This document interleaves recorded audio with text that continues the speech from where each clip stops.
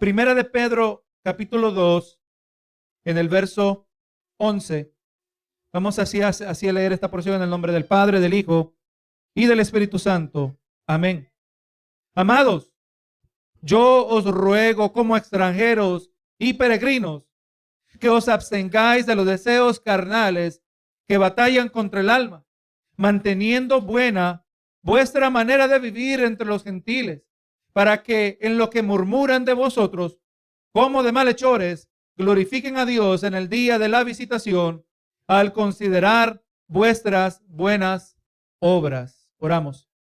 Señor amado, estamos delante de ti, Señor, y una vez más acudimos, Señor, a ti para esa provisión, Señor, que solo tú nos puedes dar. He aquí tú eres el que nos ha dado el nuevo nacimiento. Es el que nos ha dado vida cuando estábamos muertos en delitos y pecados. Eres tú, Señor, el que vivifica en medio de corazones que antes estaban sordos, y estos corazones ahora pueden oír la verdad. Señor amado, tú eres el que hace la obra y no solo nos has dado vida, no solo brindas vida, pero también nos sustentas. Y así como entendemos que cada día damos gracias por el pan que corresponde, Señor, así también dependemos de ti por el sustento espiritual que corresponde a cada día, Señor. Tenemos que ser humildes en reconocer que nosotros no podemos proveer para nosotros mismos y que debemos reconocer que tú eres el que nos da las cosas, el que nos da todas las cosas, Señor. Queremos irnos más allá de esa gracia común que tú le muestras aún a los pecadores, Señor, y queremos gozar de aquella gracia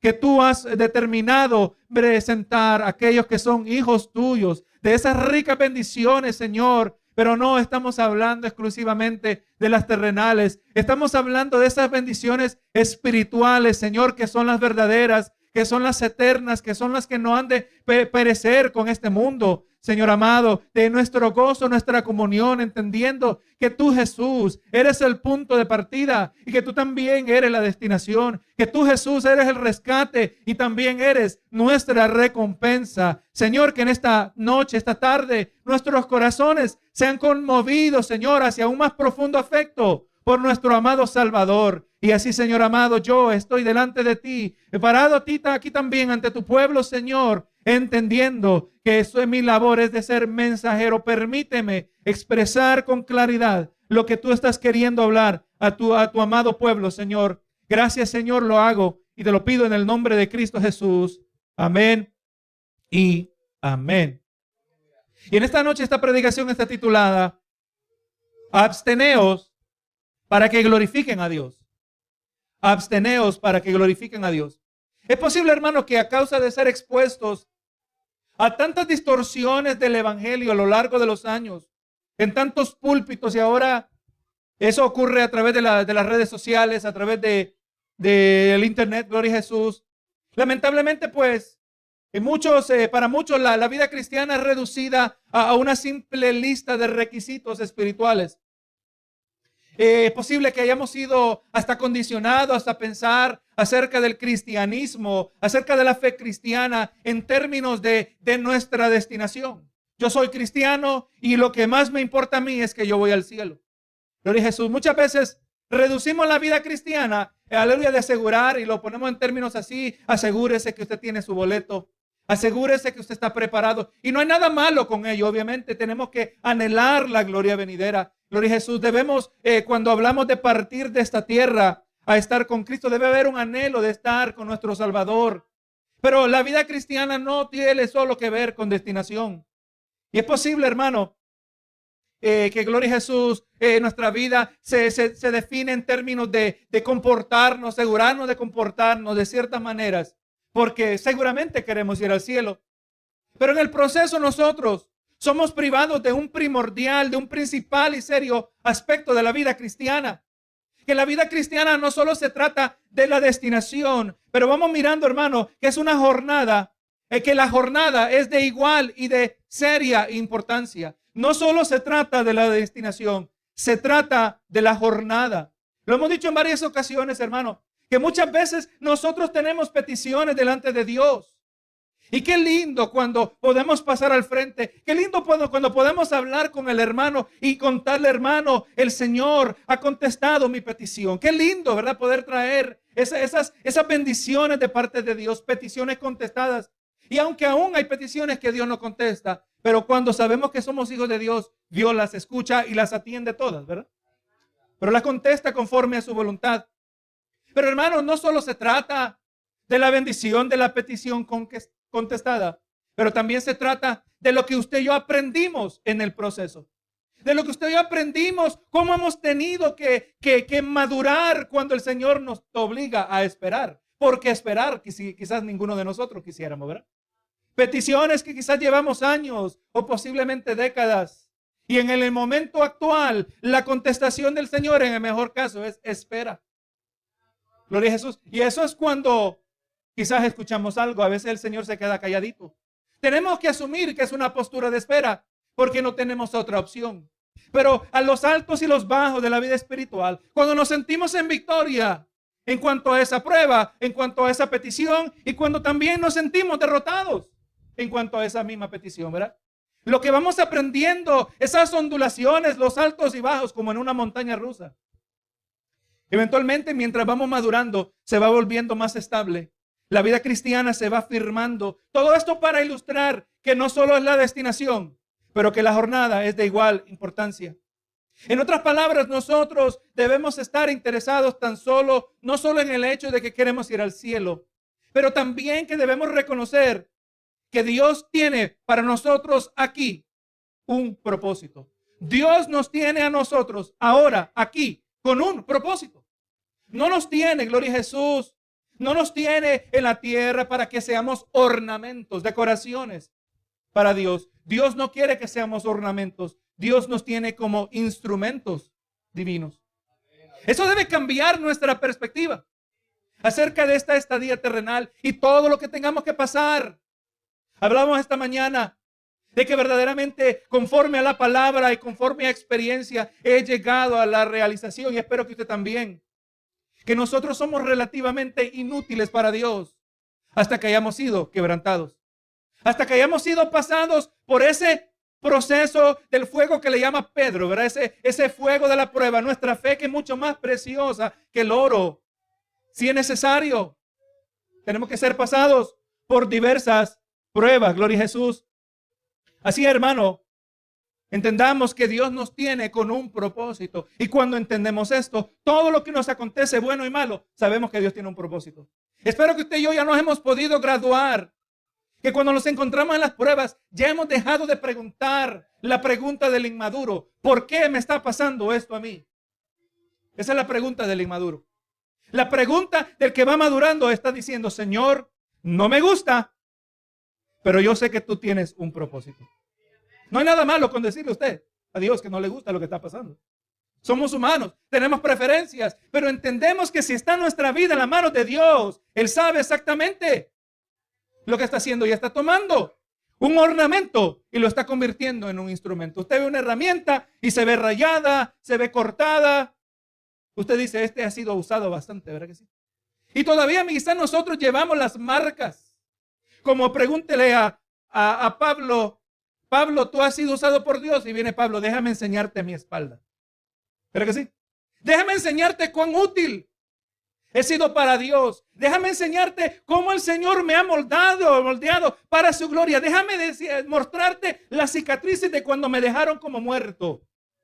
Me querían matar a pedradas. Gloria a Jesús. Eso es el balance del evangelio, porque nosotros solo queremos bendiciones tras bendiciones hasta que nos lleve el Señor al paraíso. Pero no entendemos que el Señor nos tiene que moldear conforme al proceso. Dios quiere que pasemos de ornamentos a instrumentos. En estos dos versos que vamos a mirar hoy, vamos a entrar a Pedro, que nos está exhortando acerca de nuestro propósito. En los versos de hoy hemos de examinar la importancia de que nosotros no podemos y no debemos divorciar la relación que existe entre identidad y propósito. Son dos aspectos de nosotros que son inseparables. Nuestra identidad sin propósito es una identidad distorsionada. En otras palabras, nuestra identidad es definida por nuestro propósito. Nosotros somos quienes somos porque vamos a ser usados de una manera en la mano del Señor. Usted ve la herramienta, ¿verdad? El martillo no se puede usar para atornillar. Gloria a Jesús. El martillo no se puede usar para atornillar, ni se puede usar una llave para martillar, ¿verdad que sí? No se puede.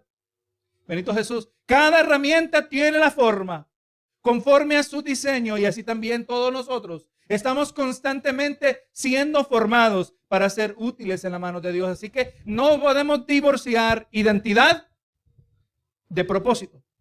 Vamos a mirar, hermano, que cuando nosotros entendemos que nuestra identidad y propósito como hijos de Dios requiere, hermano, que nuestras vidas estén marcadas por vidas de disciplina.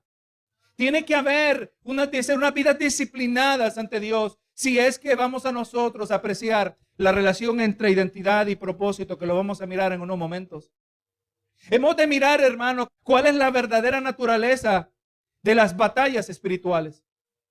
Finalmente, al final vamos a mirar que vamos a establecer que hay el privilegio y responsabilidad que por medio de nuestras vidas a nosotros se nos ha colocado que debemos iluminar los ojos de muchos, hermanos, de tal manera que ellos puedan venir a Dios.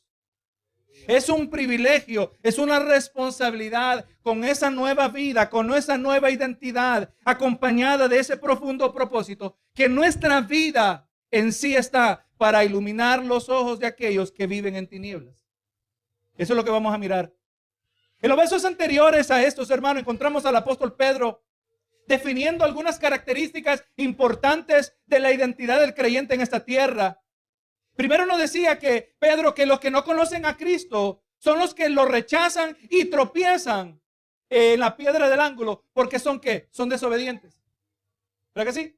Los hijos de Dios, los que no son hijos de Dios, lo rechazan. Los que no conocen a Cristo, aleluya, Él es gloria a Dios, causa de ser aborrecido. Aborrecen a Cristo porque son desobedientes. Ahora al otro lado, nosotros los hijos de Dios, se nos dice que somos escogidos por Dios y que también somos reales o sacerdotes de realeza, ¿verdad? De los reyes. Reyes y sacerdotes. Y ahora, hermano, aquellos que tropiezan y rechazan a Cristo, el Señor ha convertido en aquellos que ofrecen sacrificios aceptables a Dios. Esto, hermano, a nosotros nos debe impactar de tal manera. ¿Cómo es posible que antes uno muerto en delitos y pecados ahora puede hacer algo que agrada a Dios? Yo espero, hermano, que usted pueda identificar en su vida momentos donde usted fielmente, en momentos de adversidad, usted ha expresado una máxima obediencia al Señor, porque el costo de desobedecer a Dios es demasiado. De perder nuestra comunión con Dios, que donde usted, hermano, lucha porque aquí está una oportunidad para pecar, pero su amor por Dios es mucho más grande que el amor de lo terrenal. Y qué bueno cuando podemos ir al otro lado, hemos sido tentados y podemos sentir la aprobación de nuestro amado Salvador, donde nos dice: buen siervo y fiel, sobre poco has sido fiel, sobre mucho te pondré. Necesitamos la aprobación de nuestro Salvador. Y el Señor nos está diciendo a través de Pedro que la tenemos nosotros como hijos de Dios.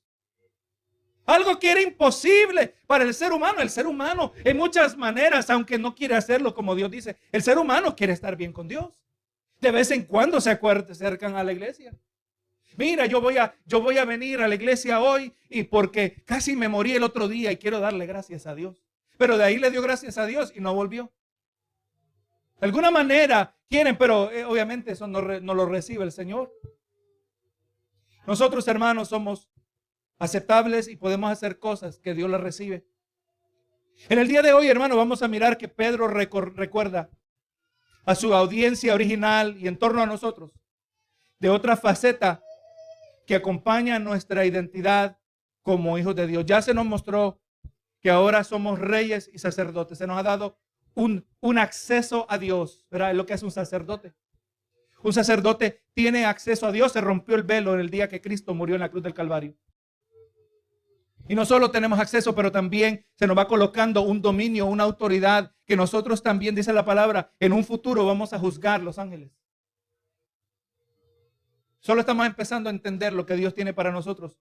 Pero ahora el apóstol Pedro nos trae una faceta adicional de nuestra identidad en Cristo Jesús. Y vemos aquí, hermano, el apóstol Pedro comienza en el verso 11 del capítulo 2 y le dice: amados, yo os ruego. Vamos, que estamos mirando que el apóstol está ejercitando su autoridad espiritual sobre este rebaño, hablando de este grupo de hermanos, ver a los expatriados. Está ejercitando autoridad pastoral a la distancia, ¿verdad? Por medio de esta carta. Y vemos, hermano, que les dice amados. Con eso comienza esta sección. Hermano, el vínculo que une al autor de esta epístola con sus destinatarios, hermano, gloria a Jesús, es el amor. Dice, vamos mirando, gloria a Jesús, el hecho que Pedro es un apóstol, el hecho que, gloria a Jesús, y vemos que los hermanos deberían estar motivados a escuchar lo que él dice, siendo un apóstol de Dios, siendo uno que fue reafirmado en su labor ministerial después de haber renunciado o abandonado a Jesucristo, haberle negado. Tenía el lugar para que ellos lo escucharan como apóstol. Pero vamos mirando que el grande parte de la motivación para estos hermanos que de hacer lo que se les dice es por causa del amor. Esto debe ser, hermano, lo que nos debe a nosotros motivar para servir a Dios y de ministrarnos unos a otros. El amor debe ser siempre la base. En Juan 13:35 le dice: en esto conocerán que todos sois mis discípulos, si tuvieres amor los unos por los otros. Tiene que haber amor entre la iglesia. Si hay amor entre los hermanos, genuino amor, amor bíblico, amor que dice la verdad aun cuando la verdad duele. No un amor de capricho, un amor sentimental que, aleluya, que cualquier cosa causa que colapse. ¿Tenido amistades usted que si le dice algo es posible que ya no son sus amigos? Entonces la pregunta es, ¿son amigos en verdad? Porque si esa amistad colapsa por cualquier cosita, entonces no es tan profunda como pensábamos. Hermano, nuestro amor debe ser más profundo que eso, ¿verdad? Porque eso es lo que define el amor. Solo mire 1 Corintios 13. Eso no es un amor superficial. Y así debemos amarnos unos a otros como indicación del amor que nosotros genuinamente tenemos a Dios. Y el apóstol Pedro le dice a los hermanos: amados, yo os ruego. En otras palabras, les imploro, les exhorto. Pedro está recitando su autoridad sobre estos hermanos, pero vamos mirando que no lo hace a través de manipulación. No está tratando de intimidarlos o de aprovecharse de ellos. Está buscando o mucho menos buscar sacar algún beneficio de ellos.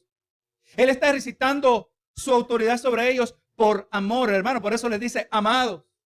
Amados, aquellos que yo amo, aquellos que Dios ama, ¿verdad? Si ustedes son amados por mí, son amados por Dios. Ustedes que son amados, yo les ruego con amor.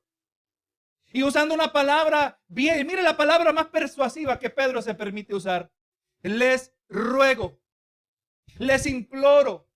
No le está diciendo, ustedes están obligados a hacer lo que yo digo. La palabra, y mire qué tremendo, hermano, cómo cuando hay una relación de amor no va a haber manipulación, pero va a apelar a la misma naturaleza de esa relación, el amor. Por eso nosotros debemos servir a Dios por amor. Dios nunca va a lograr, y Él lo sabe, yo se lo exhorto ahora, se lo aclaro hoy, Dios a nosotros entiende que, aleluya, la intimidación no funciona meterle miedo. Yo veo a la gente que dice, casi me morí, y empieza a venir a la iglesia, pero porque no vinieron por amor o sirven por amor, tampoco van a permanecer, porque no hay amor a otras cosas. Y se van. La palabra más fuerte que Pedro podía utilizar, le dice, les ruego, hermanos. Entendiendo que no podemos hacer más que eso. Más adelante en esta epístola, Pedro es más explícito, es más claro, es más directo de cómo se debe ministrar al rebaño de Dios. En 1 de Pedro 5:2 y 3 dice: apacentad la grey de Dios, o sea, el rebaño, apacentad la grey de Dios que esté entre vosotros, cuidando de ella, no por fuerza, sino voluntariamente, no por ganancias deshonestas, sino con ánimo pronto, no teniendo señorío sobre los que están a vuestro cuidado, sino siendo ejemplos de la grey. Mire cómo debe liderar un pastor. Mire cómo debe liderar, cómo debe dirigir aquel que tiene cuidado de las ovejas. Aquel que ama a otro, aleluya, lo va a hacer con amor, no la fuerza, no, aleluya, obligado, no buscando ganancia, sino con ejemplo. ¿Cuál ejemplo? Un ejemplo de amor. Amados. Hermano, usted es amado de Dios, usted lo sabe. ¿Usted está seguro? Yo le hago la pregunta a usted, aleluya, que usted se la conteste de una manera bíblica. ¿Cómo sabes que Dios te ama? Porque yo lo siento, hermano, esa no es una buena contestación. Tiene que haber alguna contestación bíblica conforme a la palabra. El Señor nos ha dado evidencia. Por ejemplo, comenzamos como lo que dice en el libro de Romanos. Capítulo 5, verso 8 dice, mas Dios muestra su amor para con nosotros en que siendo aún pecadores, Cristo murió por nosotros. Yo creo que esa es una buena contestación para comenzar, ¿verdad? Yo sé que Dios me ama, no basado en sentimientos, aunque lo sentimos, es innegable. Es lindo cuando es palpable el afecto de nuestro Salvador por nosotros. Pero yo tengo algo que va más allá que mis sentimientos. Porque recuerda, hermano, los sentimientos son volubles. Pueden cambiar en cualquier instante. Usted y yo podemos estar de buen amor y en un instante cambiar al lado opuesto. ¿Verdad que sí? Así somos nosotros. Necesitamos algo más fijo. Algo más permanente. Señor, yo sé cómo yo era antes. Yo sé cómo era de malo yo, Señor, y aún así moriste por mí. Nadie, hermano, ni el maligno puede cuestionar esa expresión de amor. Lo puede intentar, pero cuando usted eso está concreto en su mente, en su corazón, y eso es algo que ese verso me venía a mente, yo meditando en mis hijos, Señor, un día, si algo ocurre en este mundo de incertidumbre, yo quiero que ellos tengan algo que es cierto en su corazón. Hay que memorizar Romanos 5:8. Nuestros hijos deben memorizar Romanos 5:8. El Señor nos ama y no se puede cuestionar. Cristo murió una horrenda muerte por nosotros. ¿Qué más podemos pedir nosotros? Y no solo eso, sabemos que hay muchas porciones que respaldan esta misma idea.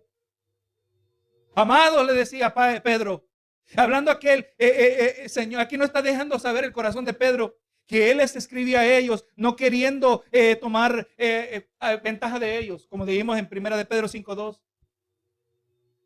No lo estaba haciendo tratando de sacar ganancia, no queriendo apoderarse de una autoridad que no le correspondía, teniendo señorío, sino, gloria a Jesús, queriendo cuidarlos a ellos verdaderamente. Ese debe ser lo que destaca el corazón de cualquier persona que ministra a otro, especialmente el corazón pastoral. El cuidado del rebaño. Ahora, como pastores, nosotros no podemos forzar a hacer algo. A nadie podemos forzar a hacer algo para Dios, porque si esa es la fuerza y no de corazón, no cuenta para nada. Efesios 6:6 nos dice esto. No sirviendo al ojo, como los que quieren agradar a los hombres, sino como siervos de Dios, como siervos de Cristo, de corazón, haciendo la voluntad de Dios. Si algo usted va a hacer, si usted lo va a hacer para Dios, hágalo de corazón. Si algo aquí en esta noche o cualquier momento que nos reunamos, cada palabra, hermano, nuestra meta es de ser persuasivos con la palabra del Señor.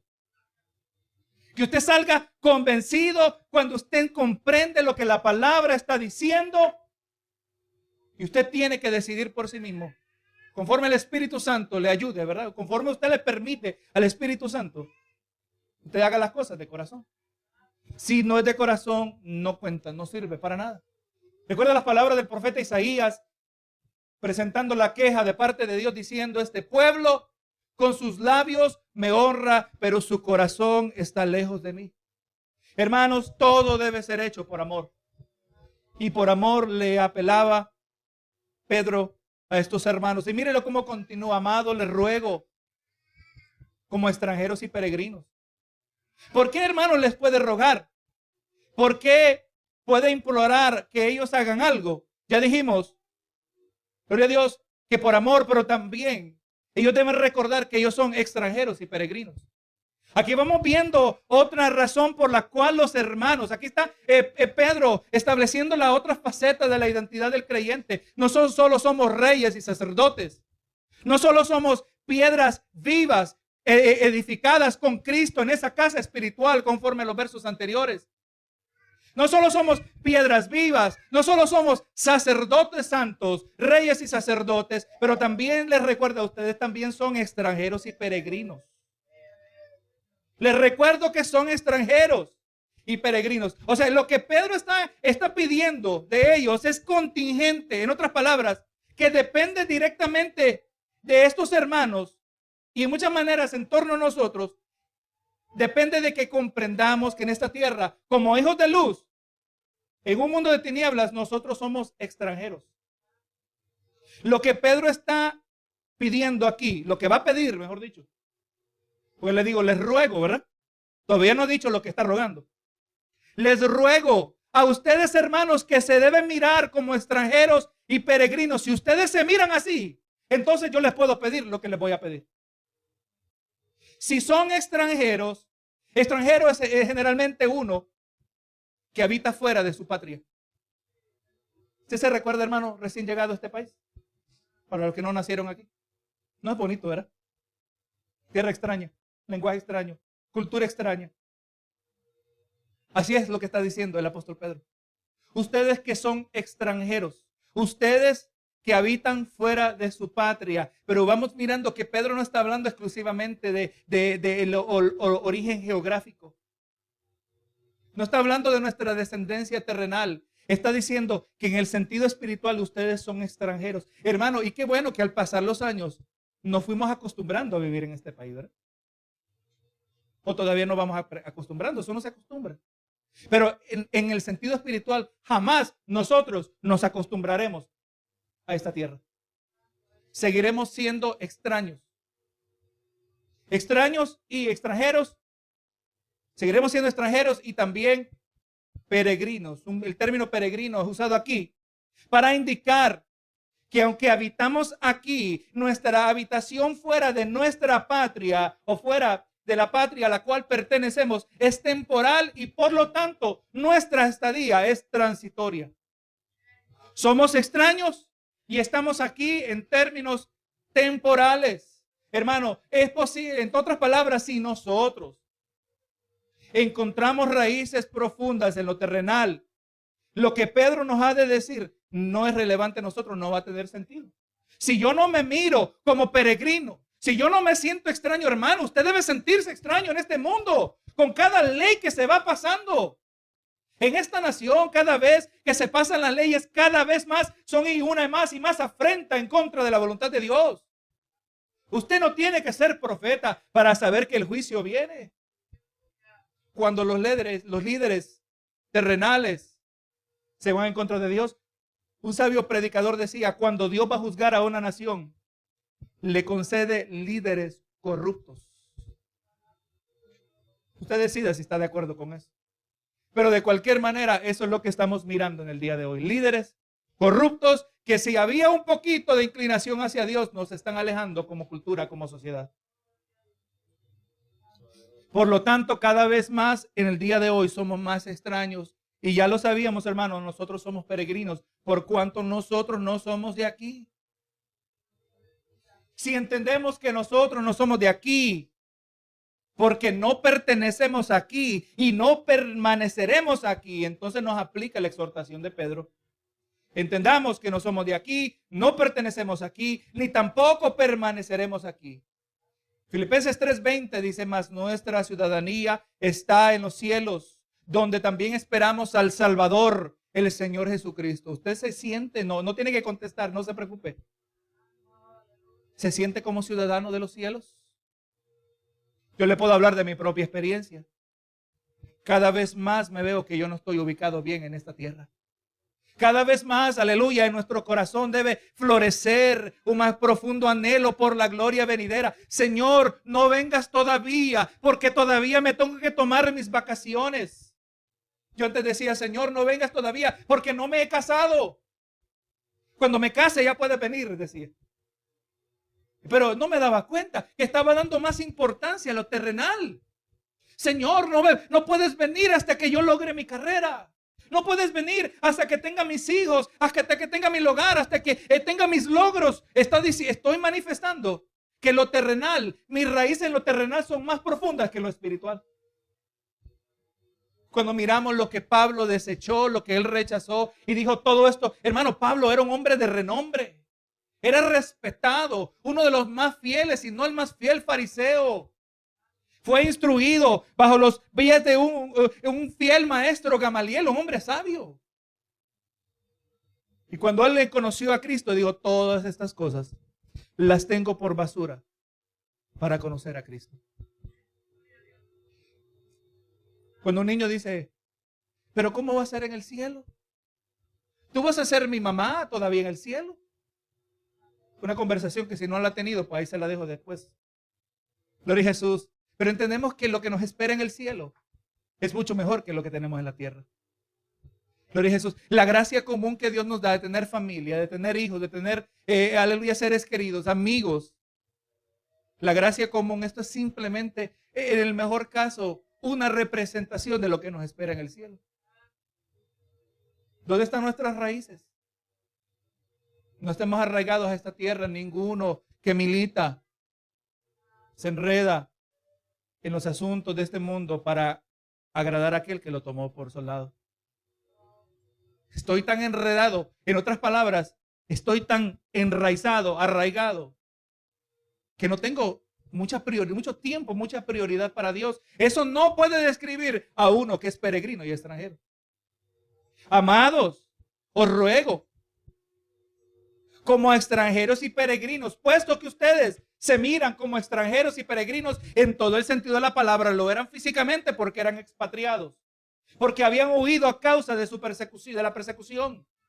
Estaban en tierras extrañas, entre gente pagana, eran extranjeros en el sentido físico, pero lo más importante que eran extranjeros en el sentido espiritual. Y ustedes, recuerden, son extranjeros y peregrinos, y ahora les ruego que os abstengáis de los deseos carnales. Entendiendo ustedes, hermanos, que no son de aquí y que no permanecerán aquí, ahora les corresponde este deber. Por cuanto ustedes no son de aquí, ni aquí van a permanecer, ahora les coloco la cierta responsabilidad. Les coloco, como ya les dije de Pedro, estoy hablando como que fuera Pedro, que como reyes y sacerdotes, de acuerdo al verso 9, que con un llamado a ser santos, porque Él es santos, capítulo 1, verso 16, siendo reyes y sacerdotes, siendo santos, ahora les corresponde saber abstenerse. Que se abstengan. O en otras palabras, que no den lugar. O también puede decir que se aparten de los deseos carnales. Pedro está reconociendo, hermano, una importante realidad de la vida cristiana. Que el hecho que hayamos nacido de nuevo para una esperanza viva, capítulo 1, verso 3. El hecho que somos santos no quiere decir que somos perfectos. No quiere decir que nuestras vidas ya se ha acabado la batalla contra el pecado. No quiere decir que hemos sido transformados de tal manera que toda mancha y toda presencia del pecado ha sido extirpada, ha sido sacada de nuestra existencia. Pero vamos mirando, hermano, que más bien lo opuesto es verdad. La batalla contra el pecado ha comenzado el momento que nosotros nacimos de nuevo. Gloria sea al Señor. Porque el verso dice, verá que os abstengáis de los deseos carnales que batallan contra el alma. Hay una batalla de la cual aquel que es peregrino, aquel que es extranjero, aquel que es santo, aquel que ha nacido de nuevo, aquel que es piedra viva, aquel que es real sacerdocio, ha comenzado una batalla con el pecado. Una batalla contra el pecado, y esta será parte de toda nuestra existencia terrenal. Cuando incrédulos, nosotros no teníamos batalla contra el pecado, porque éramos esclavos del pecado, conforme a Romanos 6:17. Pero ahora tenemos batalla contra el pecado. Pero las buenas noticias en todo esto son que en Cristo Jesús tenemos y permanentemente tendremos victoria sobre el pecado, como nos dice Romanos 8:37. Dice, antes en todas esas cosas somos más que vencedores por medio de aquel que nos amó, por lo cual estoy seguro que ni la muerte, ni la vida, ni ángeles, ni principados, ni potestades, ni lo presente, ni lo porvenir, ni lo alto, ni lo profundo, ni ninguna otra cosa creada nos podrá separar del amor de Dios que es en Cristo Jesús, Señor nuestro. En Cristo Jesús se nos ha prometido que la batalla sobre el pecado un día va a alcanzar una permanente victoria. Mientras tanto nos encontramos en medio del conflicto. Hermano, la victoria ya es nuestra. La victoria no tenemos que luchar para obtenerla. Cristo la obtuvo en la cruz del Calvario. Y todo esto para decir que lo que Pedro está diciendo lo podemos hacer. Hermanos, os ruego como a extranjeros y peregrinos que os abstengáis, que nos abstengamos, gloria a Jesús, que nos apartemos. Lo podemos hacer, hermano. Pedro está exhortando que entendamos que nuestra responsabilidad como hijos de Dios incluye que nos apartemos, que no alimentemos los deseos carnales que forman parte de esta existencia terrenal, porque vienen, porque se expresan, se manifiestan. Por eso, hermano, que como creyentes tenemos que tener nuestra teología en orden. Porque a veces venimos a Dios y pensamos que al venir a Dios se acabaron los problemas espirituales. No, hermano, comienzan una nueva categoría de problemas. Pero el Señor, hemos contado, el Señor ha prometido que Él estará con nosotros. Él estará con nosotros hasta el fin del mundo, dice la palabra. Santiago 1:15 nos habla de este proceso. Lo que ocurre cuando se alimenta el pecado, dice Santiago 1:15. Entonces, pues, la concupiscencia, hablando de esos deseos desordenados, de ese anhelo por aquello desordenado. Después, entonces la concupiscencia, después que ha concebido, da a luz el pecado, y el pecado, siendo consumado, da a luz la muerte. Ese es el proceso que Pedro está diciendo que no debemos permitir en nuestra vida. ¿Cuáles son los deseos carnales? ¿Qué se refiere Pedro? Primera de Pedro 4, verso 3.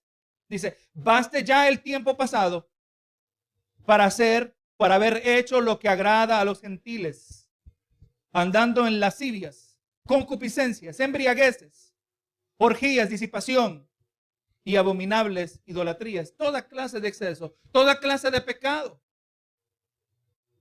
Si hace falta, hermano, podemos consultar la lista que aparece en el libro de Gálatas, capítulo 5, versos 19 al 21. Aparecen ahí 17 pecados. Eso es lo que está diciendo Pedro.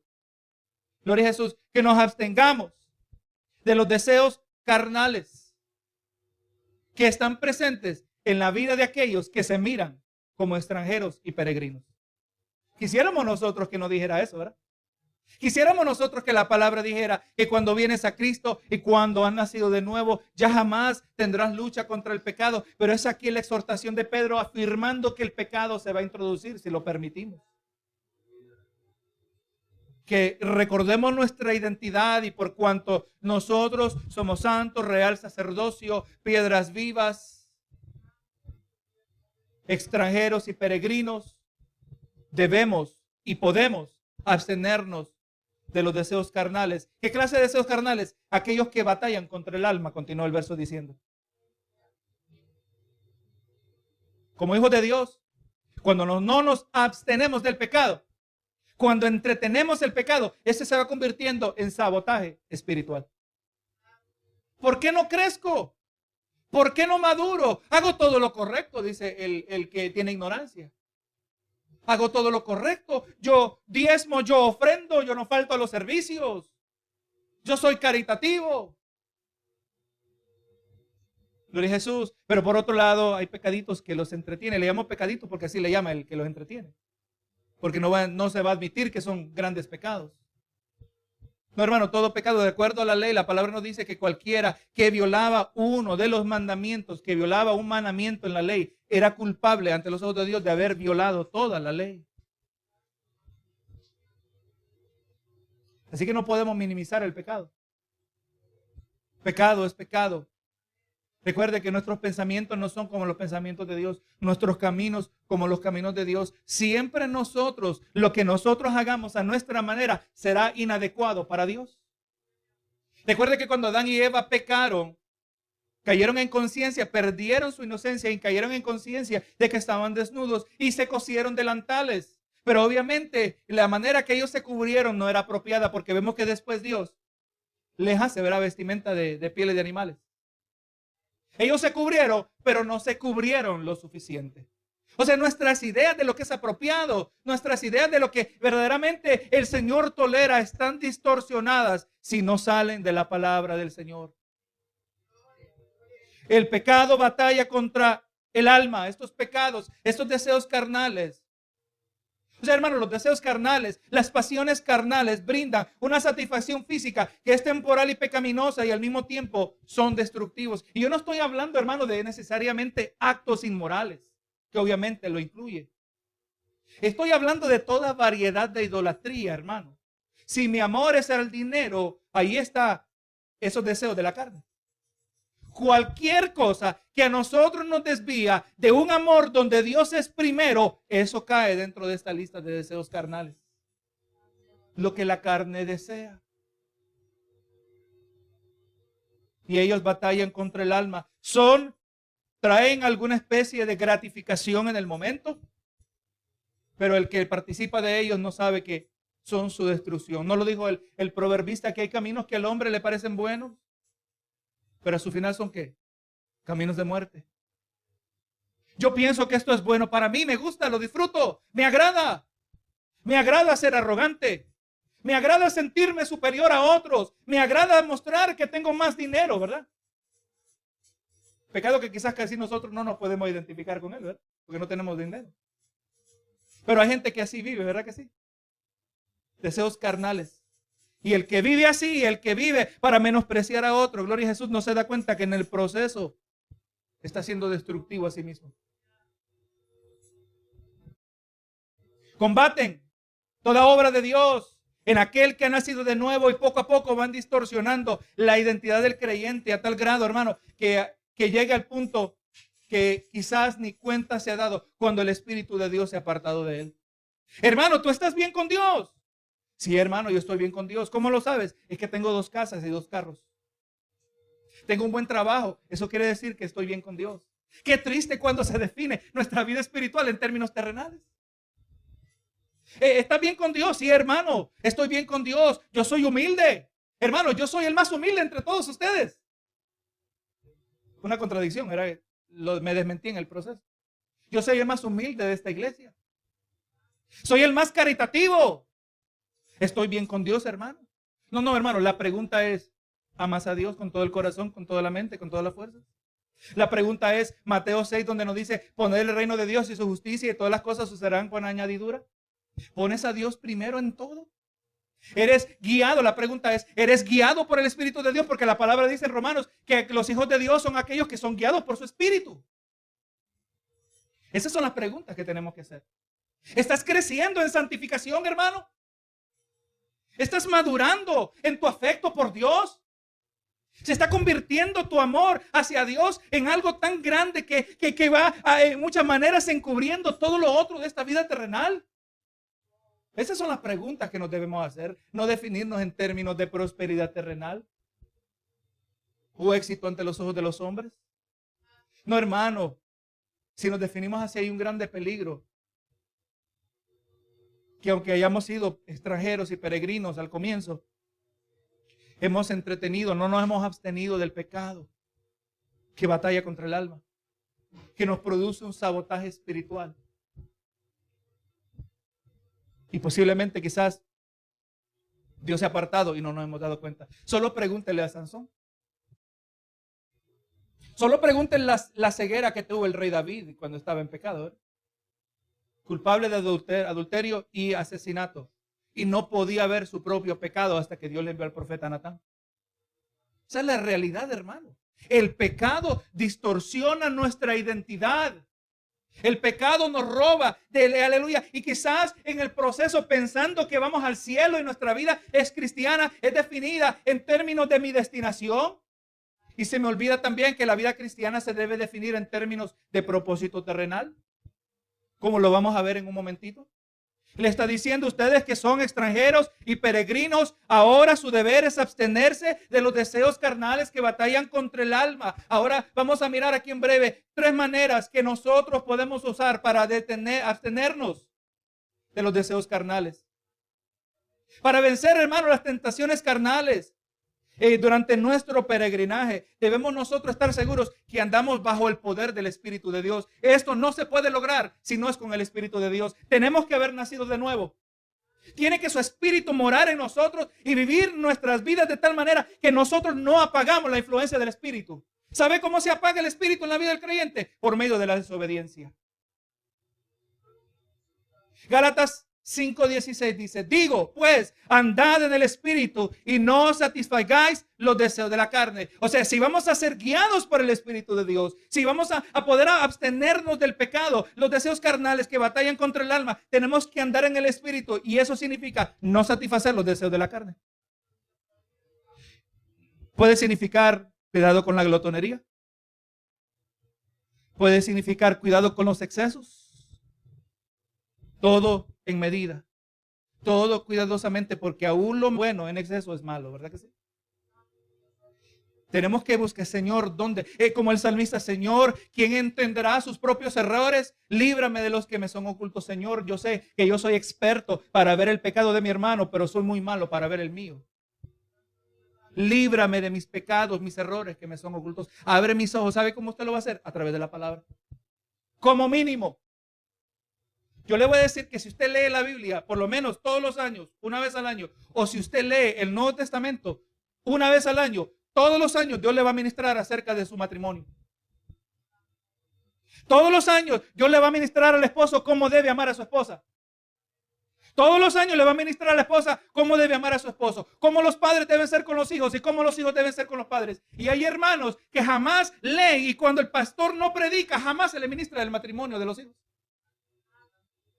Necesitamos ser guiados por el Espíritu, no satisfaciendo los deseos de la carne, recibiendo la corrección de Dios, porque cuando estamos en la palabra del Señor, Cristo habla a la iglesia. Siempre que se abre esta Biblia y se expone de manera correcta, Cristo está hablando a la iglesia, y Cristo, y mejor dicho, la iglesia necesita que Cristo le hable. Así que si vamos a abstenernos de los pecados, de los deseos pecaminosos, tenemos que andar en el poder del Espíritu Santo. Y escuche bien que no le estoy hablando de una experiencia pentecostal, porque es muy subjetiva. De que tenga el Espíritu de Dios sobre ti, hermano. ¿Y cómo se sabe si lo que vino sobre usted es el Espíritu de Dios? Hermano, con la palabra claramente. Y no es que no necesitamos, estamos hablando del Espíritu de Dios, pero el Espíritu de Dios habla a través de su palabra. Para vencer los deseos carnales, segundo, para vencer los deseos carnales debemos participar de las disciplinas espirituales. Primera de Corintios capítulo 9, versos 26 y 27. Dice, así que yo, está hablando Pablo de cómo él se disciplinaba a sí mismo. No fuera que él llegara a ser descalificado. Dice, así que yo de esta manera corro, no como la aventura, de esta manera peleo, no como quien golpea al aire, sino que golpeo mi cuerpo y lo pongo en servidumbre, no sea que habiendo sido heraldo para otros, yo mismo venga a ser eliminado. Pablo decía, si yo me descuido de estas disciplinas personales, tengo que humillar este cuerpo. ¿Cómo se humilla el cuerpo? Ayuno, oración y la palabra. Las disciplinas espirituales. Haciendo las cosas que debemos hacer, pero que la carne no las quiere hacer. Oh, cómo protesta la carne el día que usted se pone a ayunar, ¿verdad? ¿Cómo protesta cuando no hay el cafecito? ¿Cómo protesta cuando no hay el desayuno? ¿Cómo protesta la carne cuando no hay el desayuno y usted normalmente no desayuna? ¿Cómo es eso? La carne. Pero si vamos a ser exitosos en lo que Pedro nos está pidiendo, vamos a estar haciendo estas cosas. Por amor a Dios. Tercero, parte de la victoria que nosotros vamos a tener sobre los deseos pecaminosos va a surgir de la cultivación de una vida santa. Yo me acuerdo que hablaba con una compañera de trabajo años atrás y le decía, mira, pero es que la Biblia dice que sin santidad nadie verá al Señor. Y ella me decía, oye, qué sorprendente, porque es que en nuestra iglesia nunca hablamos en la iglesia episcopal, nunca hablamos de la santidad. Hermano, y lo que es correcto para ella, quizás es correcto para muchos.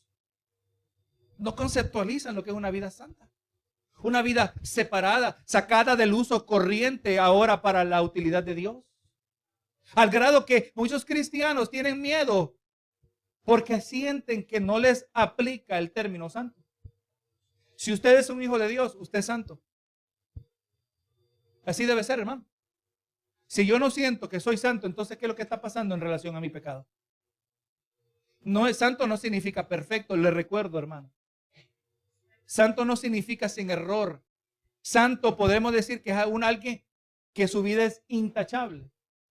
Pero una vida intachable no es uno que nunca comete errores, uno que nunca peca, sino uno que siempre rectifica cuando ha hecho mal. Pide perdón, restaura cuando hay pérdidas, le pide perdón a Dios, le pide perdón a los hombres. Restaura cuando hay perdido. Esa es una persona intachable y es a eso lo que estamos llegando con Pedro. Por eso Pedro le está diciendo, hermanos, se abstengan de los deseos pecaminosos que batallan contra el alma. Hermanos, quiero que ustedes sean hermanos sin que sean intachables. Porque esto tiene que ver con nuestro propósito. Esto tiene que ver con nuestra identidad. Y vamos al verso 12.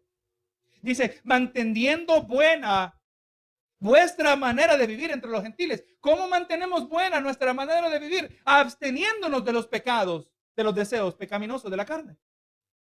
Así es porque sepa, hermano, los incrédulos nos pasan mirando. Si usted le permite al incrédulo, cuando usted hace algo que a ellos no les agrada, ellos quieren usar la Biblia en contra de usted. ¿Se atreve el ciego a juzgar al que puede ver? Y tú dices que eres cristiano. Oye, ¿por qué tú me chismeaste? No es que eres cristiano. Se inventaron una Biblia, un verso en la Biblia y produjeron su propia definición de lo que es chisme. Oye, ¿cómo tú te atreves a juzgarme basado en algo que tú ni sabes si está en la Biblia? ¿Tú has leído la Biblia? Hermano, los incrédulos nos pasan mirando, ¿verdad?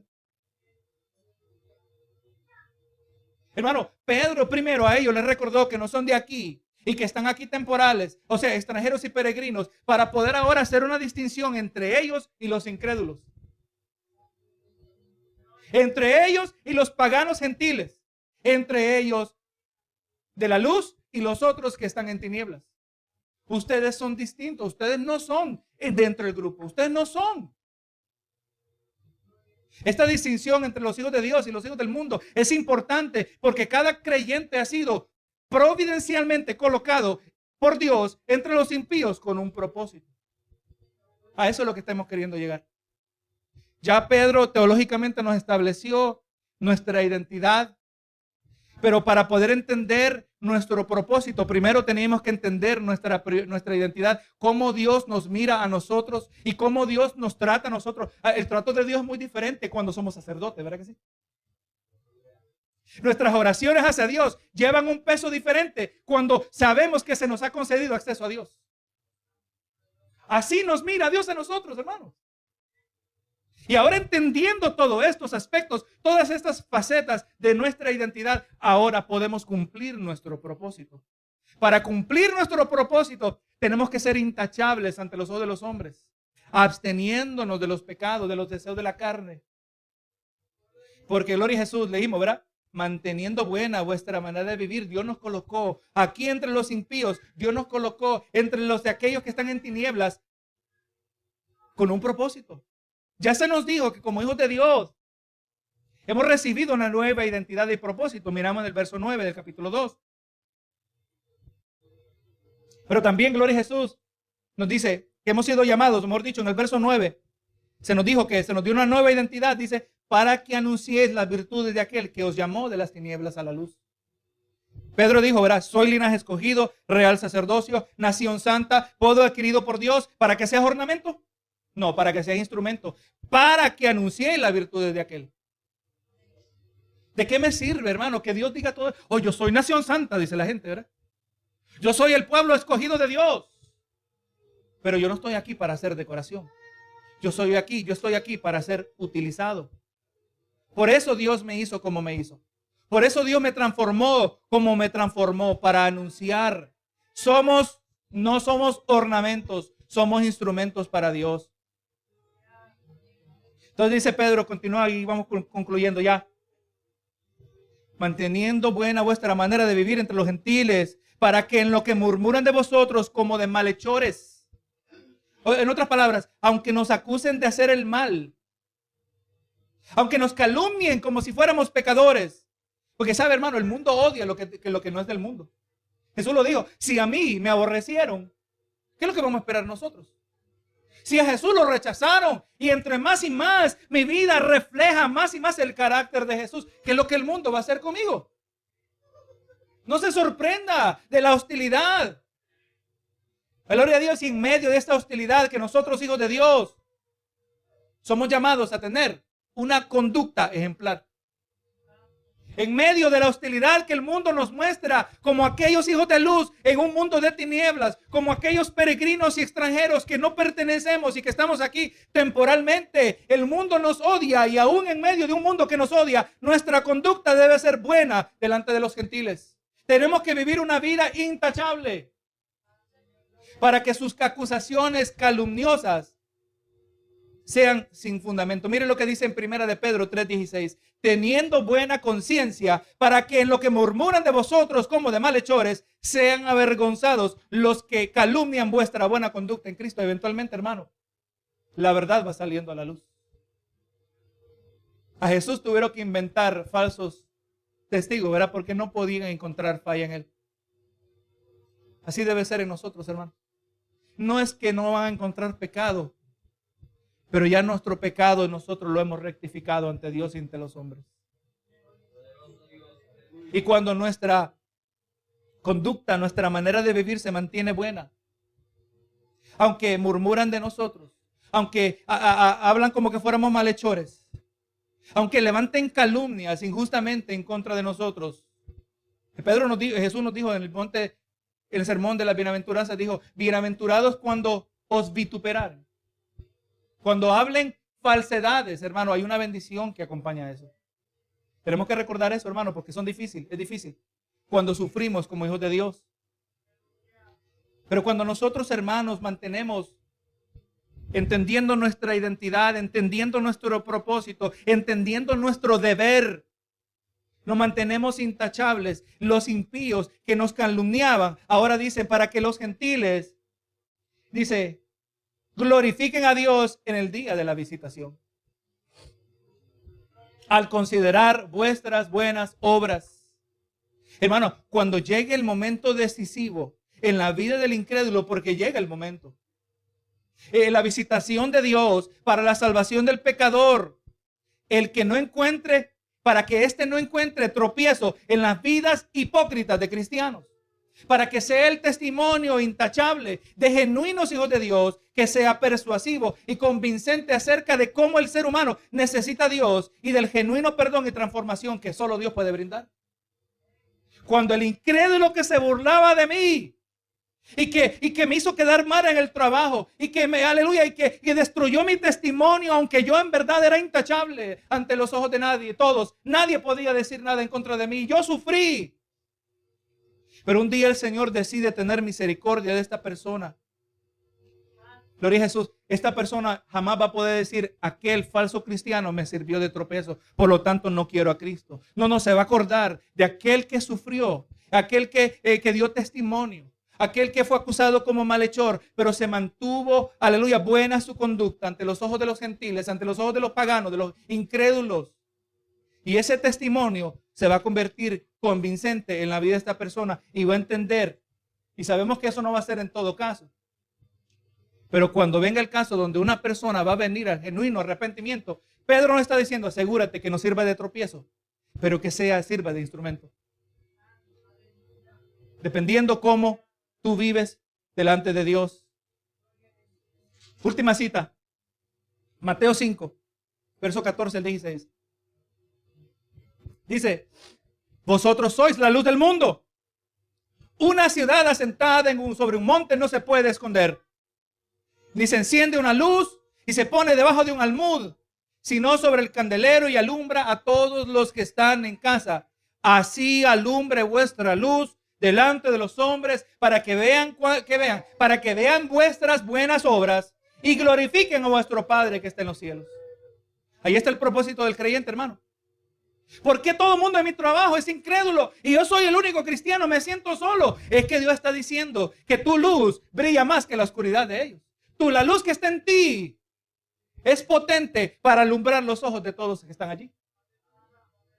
Así brille, así alumbre vuestra luz. No somos ornamentos, somos instrumentos. tenemos que abstenernos de aquello que no edifica para que ellos puedan glorificar a Dios. Sí, hermano, en esta noche hemos mirado que nuestra identidad y propósito son realidades inseparables. Si yo no sé por qué estoy aquí, yo no sé quién soy. Vamos entendiendo que hemos sido transformados para ser utilizados. Hemos sido colocados en esta tierra como extranjeros y peregrinos con el fin de brindar testimonio, un testimonio intachable ante ellos.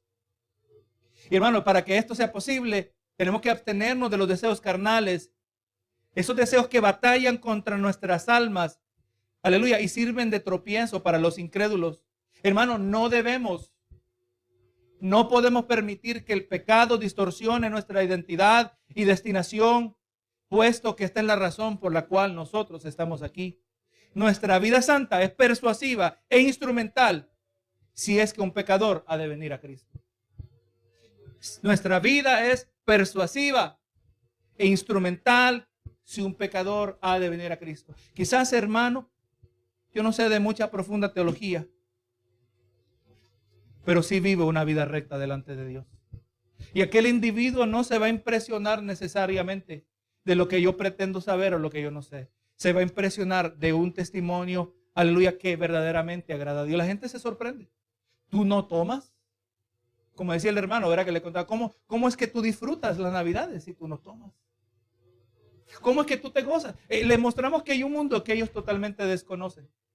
Hermano, tenemos que ser luz en medio de las tinieblas. Tenemos que abstenernos para que otros también puedan llegar a glorificar a Dios. Señor amado, en el nombre de Jesús, mirando estos dos versos, que bajo la inspiración del Espíritu Santo, Pedro logró, gloria a Jesús, transmitir a esa audiencia original y ahora han sido preservados para nosotros, Señor. De la misma manera recibimos la exhortación y te pedimos, Señor, que podamos ver con claridad cuando nuestras vidas están siendo vividas bajo el poder de tu Espíritu Santo, no a través de tradiciones, sino que en la expresión de tu Espíritu, el poder de tu Espíritu en nosotros, aleluya, se pueda describir en términos de lo que tu palabra ya dice acerca de nosotros. Que podamos aprender a mirarnos como tú nos miras ahora que somos hijos tuyos. Que sí se nos ha dado acceso como sacerdotes y eso es un privilegio y al mismo tiempo es una responsabilidad. Que se nos ha sido una vida, nuestras vidas han sido santificadas para que nuestros testimonios sean intachables ante los ojos de los hombres. Y que por medio de él también muchos puedan venir a llegar a glorificarte a ti, Señor. Que nuestra luz brille en medio de las tinieblas. Que tu palabra resuene en nuestros corazones, Señor. De manera que nosotros no podamos ignorar. Es lo que te pido, Señor, para cada uno de nosotros aquí presente. Gracias, Señor, por cuanto Pedro, y así me uno con él también en esta epístola, Señor. Pedro quiere brindar todo lo que se necesita para que podamos completar nuestro peregrinaje terrenal, para que podamos llegar hasta nuestra destinación, la gloria venidera que tienes preparada para cada uno de tus hijos, Señor. Gracias, Señor, por tu paciencia, tu misericordia con cada uno de nosotros. Gracias, Señor, por expresarme a mí también lo mismo, siendo, Señor, lleno de fallas, lleno, aleluya, de errores, pero me permites traer tu perfecta palabra hacia tu pueblo, Señor. Que tu palabra no retorne a ti vacía, sino que cumpla el propósito por el cual la has enviado. Señor, gracias te doy y te lo pido todo en el nombre de Cristo Jesús. Amén y amén.